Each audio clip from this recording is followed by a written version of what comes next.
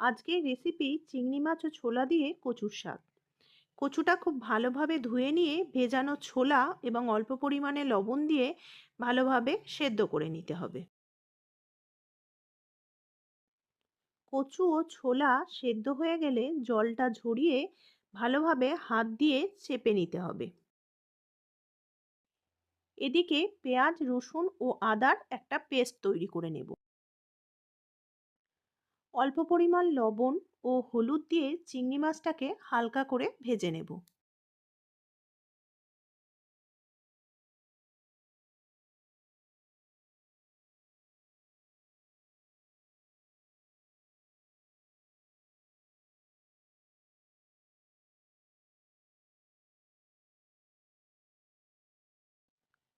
ওই তেলেই দিয়ে দেব গোটা জিরে, শুকনো লঙ্কা ও তেজপাতা।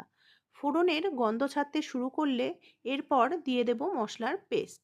মশলাটা 2-3 মিনিট ভাজা ভাজা হলে এতে দিয়ে দেব হলুদ, কাঁচা লঙ্কা এবং টমেটো।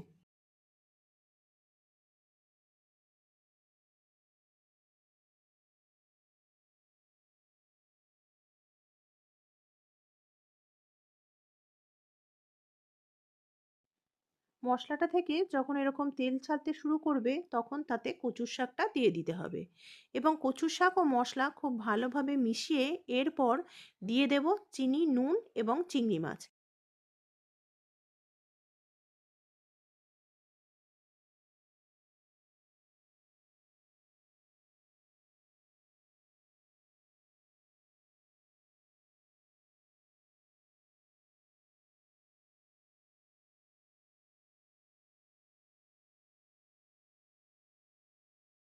সমস্ত উপকরণগুলো শাকের সাথে খুব ভালোভাবে মিশিয়ে নিতে হবে এবং মিডিয়াম আঁচে ঘন ঘন নাড়িয়ে রান্না করতে হবে।